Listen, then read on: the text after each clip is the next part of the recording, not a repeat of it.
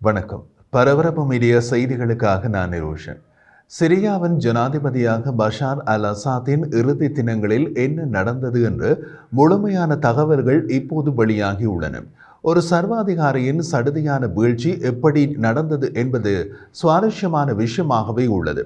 December 7ஆம் தேதி சிரியாவின் தலைநகரான டமாஸ்கஸை நோக்கி கிளர்ச்சி இயக்கப்படைகள் முன்னேறிய போது டமாஸ்கஸில் உள்ள ஜனாதிபதி மாளிகையில் வித்தியாசமான காட்சி ஒன்று காணப்பட்டது. மலை உச்சியில் உள்ள ஜனாதிபதி மாளிகையின் ஊழியர்கள் ஒரு தொலைக்காட்சி உரைக்கு தயாராகினார்கள். ஜனாதிபதி பஷார் அல் அசாத்தின் தொலைக்காட்சி உரை 13 ஆண்டுகால உள்நாட்டு போருக்கு அமைதியான முடிவுக்கு வழிவகுக்கும் என்று அவர்கள் நம்பினார்கள். பஷார் அல் அசாத்தின் ஆலோசகர்கள் ஜனாதிபதிக்கு மூளைச்சலவை செய்து அந்த உரையை கொடுக்க சம்மதிக்க வைத்தனர். அல் அசாத் ஆற்றப்போகும் உரை அரசியல் எதிர்க்கட்சி உறுப்பினர்களுடன் அதிகாரத்தை பகிர்ந்து கொள்ளும் திட்டத்தை அறிவிக்கும் விதத்தில் எழுதப்பட்டிருந்தது. படக்குழுவினர் அருகில் கேமராக்கள் மற்றும் விளக்குகளை அமைத்திருந்தனர். சிரியாவில் அரசு நடத்தும் தொலைக்காட்சி முடிக்கப்பட்ட ஒளிப்பதிவை ஒளிபரப்ப தயாராக இருந்தது. ஆனால் அல் அசாத் கேமராவுக்கு முன்னால் தோன்றவில்லை. அல் அசாத் 2 தசாப்தங்களுக்கு மேலாக சிரியாவில் தனது சர்வாதிகார ஆட்சியை தக்க வைக்க பயத்தையும் சக்தியையும் பயன்படுத்தினார். ரஷ்யாவும் ஈரானும் அவரது ஆட்சிக்கு பாதுகாப்பு கொடுக்க தமது சொந்த இராணுவங்களை சிரியாவில் நிலைநிறுத்தி இருந்தன. ஜனாதிபதி மாளிகையில் இருந்து அல் அசாத்தின் உதவியாளர்களுக்கு தலைநகரின் பாதுகாப்பு பலப்படுத்தப்பட்டுள்ளது என்று தெரிவிக்கப்பட்டிருந்தது. ஜனாதிபதியின் சகோதரர் மஹீர் அல் அசாத் தலைமையிலான சிரிய இராணுவத்தின் சக்தி வாய்ந்த 4வது கவச பிரிவு உட்பட தலைநகரை காப்பதற்கு இராணுவம் தயார் நிலையில் இருப்பதாக அவர்களுக்கு தெரிவிக்கப்பட்டது. அவர்கள் அனைவரும் ஏமாந்து போனார்கள். மாலை வேளைக்கு பின்னர் ஜனாதிபதி தலைநகரில் இருந்து நழுவினார். மேற்கு சிரியாவில் உள்ள ரஷ்ய ராணுவ தளத்திற்கு ரகசியமாக பறந்து பின்னர் ரஷ்ய ஜெட் விமானத்தில் மாஸ்கோவுக்கு சென்றார். ஜனாதிபதி மாளிகையில் இருந்து அல் அசாத்தின் உதவியாளர்களுக்கு தகவல் தெரிவிக்கப்படவில்லை. 2 ஈராக்கிய அதிகாரிகளின் கூற்றுப்படி ஜனாதிபதியின் சகோதரர் மஹீர் அல் அசாத் அன்று மாலையில் மற்ற மூத்த இராணுவ அதிகாரிகளுடன் பாலைவனத்தின் வழியாக ஈராக்குக்கு தப்பி சென்றார். அவரது தற்போதைய இருப்பிடம் தெரியவில்லை. பஷார் அல் அசாத் தனது நாட்டை விட்டு மிகவும் ரகசியமாக வெளியேறி சில மணி நேரத்திற்கு பின்னரும் அவரது உதவியாளர்கள் சிலர் அரண்மனையில் ஜனாதிபதிக்காக காத்து கொண்டிருந்தனர். ஒருபோதும் வராத ஒரு தொலைக்காட்சி உரைக்காக காத்திருந்தனர். நள்ளிரவுக்கு பின்னர் ஜனாதிபதி போய்விட்டார் என்ற செய்தி வந்தது. அவர்கள் பீதியில் ஓட முடிவு செய்தனர். கிளர்ச்சியாளர்களுக்காக அரண்மனை கதவுகளை அகலமாக திறந்து வைத்துவிட்டு அவர்கள் வெளியேறினர். ஆட்சியில் இருந்து இறுதி நாட்களில் அல் அசாத் ரஷ்யா, ஈரான் மற்றும் ஈராக் ஆகிய நாடுகளிடமிருந்து இராணுவ உதவிக்கு கெஞ்சினார். ரஷ்யா உக்ரைனில் அதன் சொந்த போரில் உள்ளது. இஸ்ரேலின் போர் காரணமாக ஈரானின் ஆதரவு இயக்கங்கள் பலமிழந்த நிலையில் உள்ளன. 4 பிராந்திய அதிகாரிகளின் கூற்றுப்படி பண்டைய நகரமான டமாஸ்கஸில் இரத்தக்களரி போரை தவிர்ப்பதற்காக சுமார் 10 நாடுகளின் ராஜதந்திரிகள் அவரை அமைதியான முறையில் அதிகாரத்திலிருந்து அகற்றுவதற்கான வழிகளை தேடினார்கள். அதில் அரபு நாடுகள், ரஷ்யா மற்றும் ஈரானிய அதிகாரிகளும் இருந்தனர். அவர்களில் பலர் ராஜதந்திர நெறிமுறைகளை மேற்கோள் காட்டி அசாத் ஆட்சியின் எச்சங்களை வைத்து ஆட்சியினை தொடர முடியுமா என்று ஆலோசித்தார்கள். அசாத் ஆட்சி கவிழ்க்கப் போகும் கிளர்ச்சியாளர்களிடமிருந்து பழிவாங்கும் பயம் குறித்து பேசினார்கள். அவர்களால் அடுத்து என்ன செய்வது என்ற தீர்மானத்திற்கு வர முடியவில்லை. அந்த நேரத்தில் அசாத் ரஷ்யாவை நோக்கி பறந்து கொண்டிருந்தார். அவரது மூத்த மகன் ஹாபிஸ் அல் அசாத் மாஸ்கோ பல்கலைக்கழகத்தில் தனது முனைவர் பட்ட ஆய்வுக் கட்டுரையை தயாரித்துக் கொண்டிருந்தார். திரு அல் அசாத்தின் மனைவி அஸ்மா அல் அசாத் மற்றும் பிள்ளைகளில் இருவரும் மாஸ்கோ சென்றனர். 13 ஆண்டுகளாக திரு அல் அசாத் தன்னை பதவியிலிருந்து இறக்க முயன்ற ஆயுத இயக்கங்களுக்கு எதிராக ஒரு மிருகத்தனமான உள்நாட்டு போரை நடத்தி வந்தார். இந்த மோதல் நாட்டை சீரழித்தது, 1/2 மில்லியனுக்கும் அதிகமான மக்களை கொன்றது மற்றும் மில்லியன் கணக்கான அகதிகளை உருவாக்கியது. ஈரான் அதன் கூட்டாளியான லெபனான் இயக்கம் ஹெஸ்போலாவும் அவர்களது படைகளுக்கு ஆதரவு அளித்தனர். ரஷ்யா போர் விமானங்களை அனுப்பியது. அதன் விமான தாக்குதல்கள் கிளர்ச்சியாளர் நகரங்களை அழித்தன. ஆனால் அவை எதுவுமே அசாத்தின் வீழ்ச்சியை தடுக்க முடியவில்லை. அசாத்தின் வீழ்ச்சி ரஷ்யாவுக்கும் இழப்புத்தான். ஒப்பீட்டளவில் மிகப்பெரிய அடி விழுந்திருப்பது ஈரானுக்கு தான். அல் கைதாவிலிருந்து வேறு பாதைக்கு சென்ற இஸ்லாமிய இயக்கம் ஹயாத் தஹ்ரீர் அல் ஷாம் தலைமையிலான கிளர்ச்சி கூட்டணி நவம்பர் 30ஆம் தேதி வடக்கு நகரான அலிப்போவை கைப்பற்றியது. அலிப்போ ஒரு முக்கிய பொருளாதார மையமாக இருந்தது. அதன் வீழ்ச்சி மத்திய கிழக்கு முழுவதும் மக்களை அதிர்ச்சிக்குள்ளாக்கியது. அல் அசாத் டமாஸ்கஸில் இருந்தார்.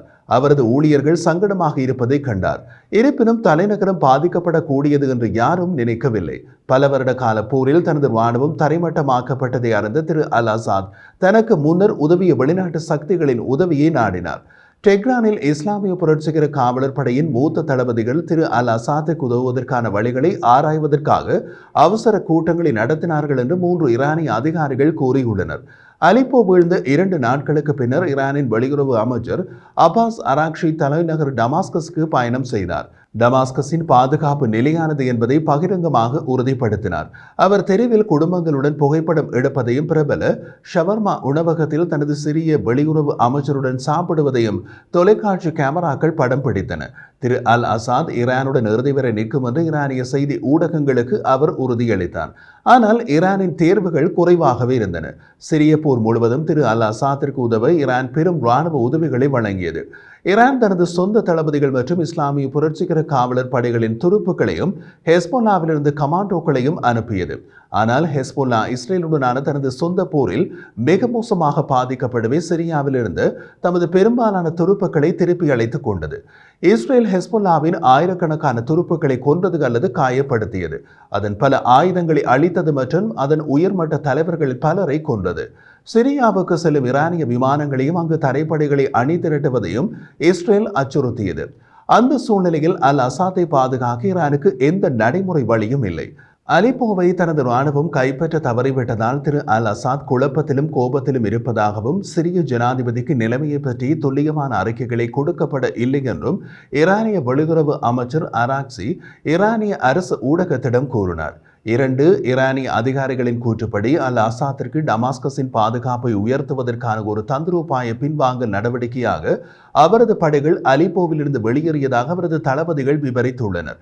அல் அசாத்தின் மற்றொரு முக்கிய ஆதரவாளர் ரஷ்யாவின் ஜனாதிபதி விளாடிமிர் புட்டின். ரஷ்யா மேற்கு சிரியாவில் ஒரு இராணுவ தளத்தையும் டார்டஸில் உள்ள மத்திய தரைக்கடல் கடற்கரையில் ஒரு கடற்படை தளத்தையும் பராமரித்தது. புட்டினுக்கு மாஸ்கோவிலிருந்து வெகு தொலைவில் அதிகாரத்தை வழங்க அனுமதித்தது. 2015ஆம் ஆண்டு சிரிய போரின் போது புட்டின் அல் அசாத்தின் மீட்புக்கு வந்தார். இயக்கங்களை ரஷ்ய இராணுவம் முறியடித்தது. இம்முறை சூழ்நிலை அப்படியல்ல. ரஷ்யா தமது சொந்த போருக்கு வடகொரியாவிலிருந்து துருப்புக்களை இறக்குமதி செய்கிறது. அதனால் புட்டின் அல் அசாத் மற்றும் துருக்கி ஜனாதிபதி எர்டோகன் ஆகியோருக்கிடையே சமரசம் ஏற்படுத்த முயற்சித்தார். டமாஸ்கஸ் நோக்கி நகர்ந்த இயக்கங்களை நீண்ட காலமாக ஆதரித்தவர் எர்டோகன். ஆனால் புட்டினின் சமரச முயற்சி ஒருபோதும் முன்னேறவில்லை. அலிப்போ வீழ்ந்த பின்னர் இயக்கத்தின் முன்னேற்றத்தில் முதல் நாட்களில் அல் அசாத் திரு புட்டினுடனான உறவில் திடீரென்று குளிர்ச்சியை உணர்ந்தார் என்று அசாத் அரண்மனையின் உள்நபரும் துருக்கி அதிகாரியும் கூறினார்கள். புட்டின் அசாத்தின் தொலைபேசி அழைப்புகளை எடுப்பதை நிறுத்தினார். அலிப்போவை கைப்பற்றிய பின்னர் இயக்கம் தெற்கே நகர்ந்து அசாத்தின் கோட்டையான ஹமாவை கைப்பற்றியது. அது அசாத் ஆட்சிக்கு மற்றொரு திடீர் அதிர்ச்சி. இயக்கத்தின் விரைவான அணிவகுப்பு அல் அசாத்தின் இராணுவத்திற்குள் ஆழமான பலவீனத்தை வெளிப்படுத்தியது. பொருளாதார நெருக்கடி மற்றும் வெளிநாட்டு தடைகள் சிரியாவின் நாணயத்தை வறுமையாக்கியது. துருப்புக்களின் சம்பளத்தை மாதம் $30க்கும் குறைவாக குறைத்தது.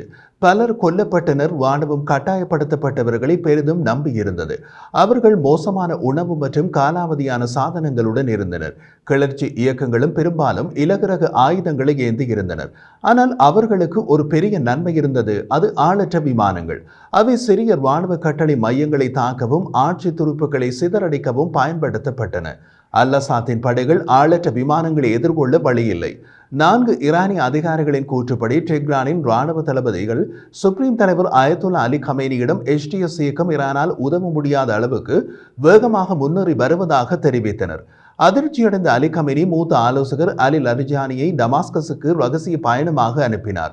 அரசியல் மாற்றங்களை செய்து எதிர்க்கட்சி உறுப்பினர்களை உள்ளடக்கிய புதிய அரசாங்கத்தை அமைப்பதன் மூலம் நேரத்தை வாங்குமாறு அல் அசாத்திற்கு ஆலோசனை கூறினார். ரஷ்யா தன்னை காப்பாற்றாது ஈரானால் முடியாது என்பதை உணர்ந்து அல் அசாத் தனது வெளியுறவு அமைச்சரை பக்தாத்திற்கு அனுப்பினார். அவர் ஈராக்கிய பிரதமர் முகமது ஷியா அல் சுடானியுடன் திரு அல் அசாத்தின் வீழ்ச்சி ஈராக்கை ஆபத்தில் ஆழ்த்தும் என்று கூறினார். அவர் ஈராக்கிய இராணுவ உதவியை கோரினார். ஆனால் ஈராக்கிய உயர்மட்ட தலைவர்கள், பிரதமர், ஜனாதிபதி மற்றும் நாடாளுமன்ற சபாநாயகர் அனைவரும் மறுத்துவிட்டனர். பகிரங்கமாக ஈரானிய அதிகாரிகள் ராஜதந்திர தீர்வுக்கு அழைப்பு விடுத்தனர். ஈரானிய அதிகாரிகளின் கூற்றுப்படி டெஹ்ரானில் உள்ள அதிகாரிகள் அல் அசாத் தாக்குப்பிடிக்க மாட்டார் என்று முடிவு செய்தனர். ஈரான் டமாஸ்கஸில் இருந்து தனது ராஜதந்திர மற்றும் இராணுவ துருப்புக்களை அமைதியாக திரும்ப பெற தொடங்கியது. டிசம்பர் 7ஆம் தேதி சூரியன் உதித்த போது டமாஸ்கஸில் பீதி ஏற்பட்டது. ஒரே இரவில் HTS இயக்கம் சிரியாவின் 3வது மூன்றாவது பெரிய நகரமான ஹோம்ஸை நோக்கி முன்னேறியது.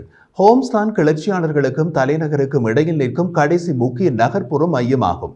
இராணுவத்திற்கு உள்ளே அல் அசாத்தின் படைகளை தோல்வி அடைகின்றன என்பது தெளிவாக தெரிந்தது. இராணுவ சீருடையில் மாறுவேடமிட்டு HTS இயக்கம் அல் அசாத்தின் உருவப்படங்களால் அலங்கரிக்கப்பட்ட கார்களில் ஹோம்ஸை நோக்கி சென்று கொண்டிருந்தனர். அந்த நேரத்திலும் எச்சரிக்கை உணர்வு ஜனாதிபதி மாளிகையை அடையவில்லை என்று ஒரு சிறிய அதிகாரி நினைவு கூர்ந்தார். அல் அசாத் மற்றும் அவரது ஊழியர்கள் தங்கள் அலுவலகங்களில் இருந்தனர். அவர்கள் புரிந்து கொள்ளாத ஒரு நெருக்கடியை நிர்வகிக்க முயன்றனர். டமாஸ்கஸ் வீழ்ச்சியடையும் என்ற சாத்தியம் ஜனாதிபதி மாளிகைக்கு யாராலும் பரிந்துரைக்கப்படவில்லை என்று அவர் கூறினார். அரண்மனை ஊழியர்கள் அல் அசாத் பதிவு செய்ய வேண்டிய தொலைக்காட்சி உரைக்காக நாள் முழுவதும் காத்திருந்தனர். தொலைக்காட்சி உரை எப்படியாவது HTS இயக்கத்தின் முன்னேற்றத்தை நிறுத்திவிடும் என்ற நம்பிக்கையில் காத்திருந்தனர். ஆனால் படப்பிடிப்பு காரணம் கூறப்படாமல் பல தடவைகள் தள்ளி வைக்கப்பட்டது. அந்த வேளையில் திரு அல் அசாத் எங்கே என்று ஊழியர்களுக்கு உறுதியாக தெரியவில்லை என்று உள்நாட்டவர் கூறினார். மத்திய கிழக்கின் மறுபுறம் கத்தாரின் தோஹாவில் சிரியாவில் நிலைமை மேலும் மோசமடைவதை தடுக்க ஒரு வழியை கண்டுபிடிக்க பிராந்தியத்தின் பல அரபு நாடுகளின் ராஜதந்திரிகள் கூடினர். அதில் கலந்து கொண்ட பல நாடுகள் அல் அசாத்தை வெறுத்தன. ஆனால் அவர் போரில் தப்பி பிழைக்க வேண்டும் என்பதை ஏற்றுக்கொண்டனர். காரணம் HTS இயக்கம் சிரியாவை ஒன்றாக வைத்திருக்க முடியும் என்று அவர்கள் நம்பவில்லை. கூடியிருந்த ராஜதந்திரிகளில் 5 அரபு நாடுகள் மற்றும் துருக்கி, ரஷ்யா மற்றும் ஈரான் ஆகிய நாடுகளை சேர்ந்த பலர் அல் அசாத் தாக்குப்பிடிப்பதற்கு மிகவும் தாமதமாகி விட்டது என்று முடிவு செய்தார்கள். ஹோம்ஸ் வீழ்ந்த பின்னர் எல்லாம் மிகவும் பதட்டமாகிவிட்டது. யாருக்கும் எதுவும் தெரியாது. அசாத்தின் அரண்மனையிலோ அல்லது அரண்மனைக்கு வெளியிலோ அடுத்து என்ன நடக்கும் என்று தெரியாது. அல் அசாத் தனது மனைவி மற்றும் 3 குழந்தைகளுடன் அல் மாளிகையின் உயர்தர டமாஸ்கஸின் சுற்றுப்புறத்தில் மரங்கள் மற்றும் நீரூற்றுகளால் சூழப்பட்ட 4 அடுக்கு நவீன வில்லாவில் வசித்து வந்தார். அவர் அங்கிருந்து அகன்ற பின்னர் அவர் அருகில் வசிப்பது தொல்லையாக இருந்ததாக அக்கம் பக்கத்தினர் தெரிவித்தனர். புதிய செயற்கைக்கோள் டிஷ் அல்லது ஏர் கண்டிஷனரை நிறுவுவதற்கு சிறிய உளவுத்துறையுடன் சிக்கலான ஒப்புதல்கள் தேவைப்பட்டன.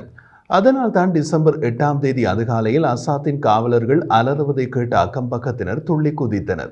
அசாத்தின் காவலர்கள் தோழர்களே ஓடிப்போங்கள் ஓடிப்போங்கள், அவர்கள் வருகிறார்கள் என்று அலறியதாக ஒரு பக்கத்து வீட்டுக்காரர் நினைவு கூர்ந்தார். கடவுள் அசாத்தை சபிக்கட்டும், அவர் நம்மை விட்டு ஓடிப்போய் விட்டார் என்றும் கத்தினார்கள். இப்படித்தான் ஒரு சர்வாதிகாரியின் சகாப்தம் முடிவுக்கு வந்தது.